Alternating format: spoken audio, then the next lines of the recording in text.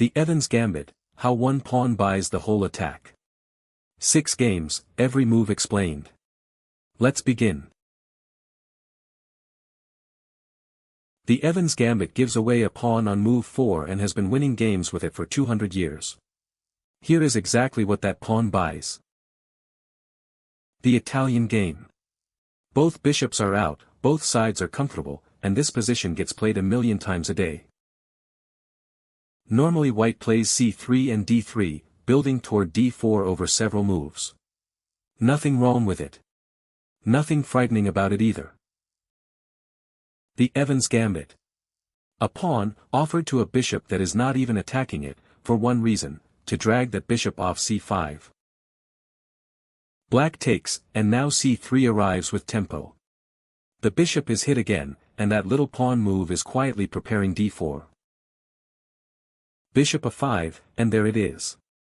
One pawn bought you the center, open lines, a bishop already on f7, and another one coming to a3. Now the honest part. You are a pawn down. If the attack never arrives, you have simply lost a pawn. The Evans is a bet, and you have to play it like one. Black can take the second pawn as well. White just castles.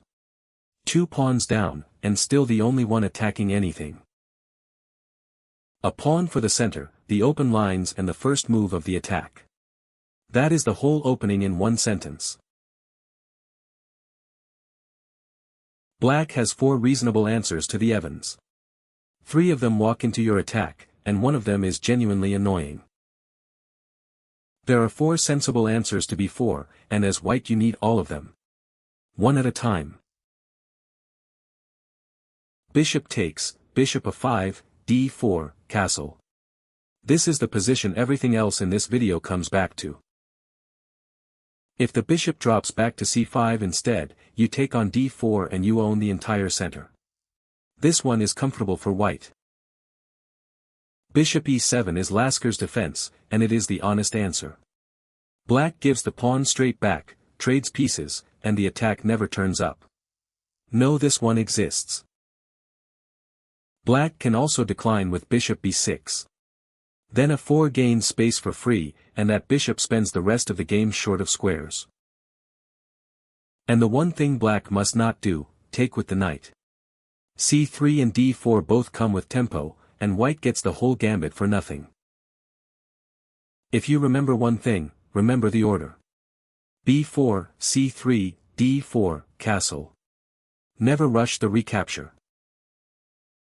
3 of the 4 leave you attacking. Against Lasker's defense, take the position for what it is and play chess. Every Evans attack is built from the same 3 ideas. Learn them and you will find the moves yourself. Black has taken a 3rd pawn. This is the moment white stops counting material and starts counting attackers.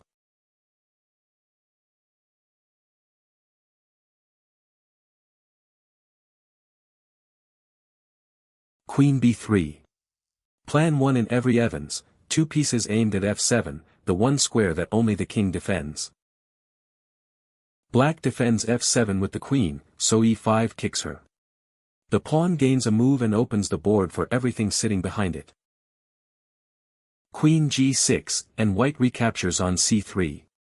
A pawn back and a piece developed in the same move, hitting d5 and b5. And plan 3, the signature move of the whole opening, bishop a3. Black can never castle now. That king is stuck in the middle for the rest of the game. Rooks to d1 and e1, and every single piece points at a king that cannot run. Never stop to win a pawn back. Add another attacker. f7, e5, and bishop a3. 3 ideas, and they win the game far more often than they should. 2 mistakes lose the Evans more often than anything black does. Then the reward when black gets greedy instead. Here is the move almost everyone reaches for, take back with the c-pawn. Look again.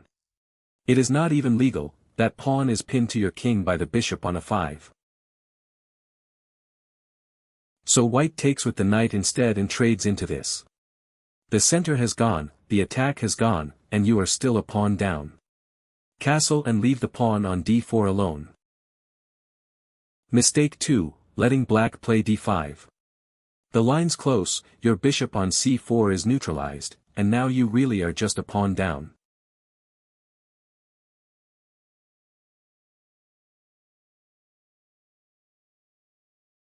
Now the other side of it.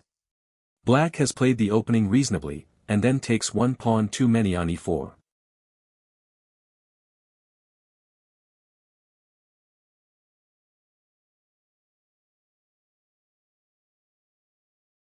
Queen d5. It attacks the knight, and it threatens mate on f7. Black cannot answer both, and the game is over on move 9. One rule holds the whole opening together. The pawn is not the point. The moment you start defending material instead of adding attackers, the Evans is already lost. Castle before you recapture, stop d5, and never trade attackers for pawns. That is most Evans disasters gone. New York, 1963. A casual game in the back room of the Marshall Chess Club. The Evans Gambit. Fischer offers a pawn nobody had taken seriously in decades. Fine takes everything, 2 pawns up, and Fischer just keeps developing. Queen b3 aims at f7, the knight jumps to d5, and the center cracks open. Bishop b2. Now both bishops stare straight at the black king's home. h4. Fischer offers the pawn to drag the queen away from the kingside. Bishop takes g7, rook e1 checks, and queen g3 traps her. Taking allows bishop f6 mate. Fine resigned and refused to talk about it. 17 moves, in a Skittles room. This finish was so beautiful the game earned its own name. Berlin, 1852. Andersen, again, and a queen sacrifice you have to see. A classic Italian opening. Both sides develop naturally. The Evans Gambit. White hurls pawns forward to seize the center and open lines. White castles and targets f7. The e-pawn storms forward, pushing the queen aside.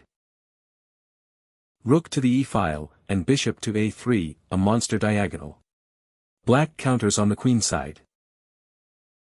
White simply takes the pawn, and the pieces keep maneuvering. White's knight reroutes toward the kingside. Every piece is aiming at the black king. Knight sacrifice on f6. Black's kingside is ripped open. The king will never castle now. Andersen calmly plays rook d1, ignoring everything. Black takes the knight and threatens mate. Rook takes e7. The first thunderbolt. The knight must recapture. Queen takes d7, check. A complete queen sacrifice. The king has to accept. Bishop f5, double check. The king scrambles back, and bishop d7 drives him to f8. Bishop takes e7. Checkmate. The quiet bishop from a3 delivers the final blow. The Evergreen Game. A queen sacrifice and a double check, still dazzling after 170 years. That's all of them. Which one was your favorite? Tell me in the comments, and subscribe for daily chess.